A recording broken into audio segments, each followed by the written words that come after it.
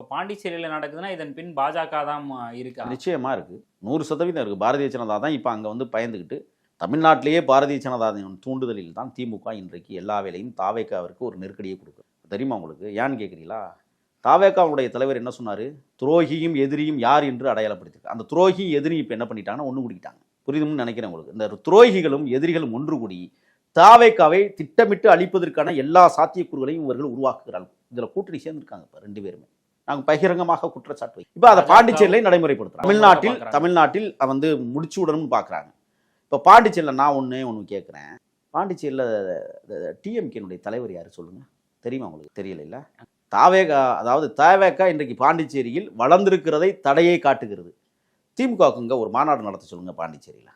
தெம்பு இருந்தா, தைரியம் இருந்தா, மானம் சூடு சொரணை இருந்தா. பாண்டிச்சேரியில் எனக்கு தெரியல, நீங்க உங்களை மாதிரி தான் நானும் இருக்கேன். பாண்டிச்சேரியினுடைய திராவிட முன்னேற்ற கழகத்தினுடைய மாநில தலைவர் யாருன்னு எனக்கு தெரியல.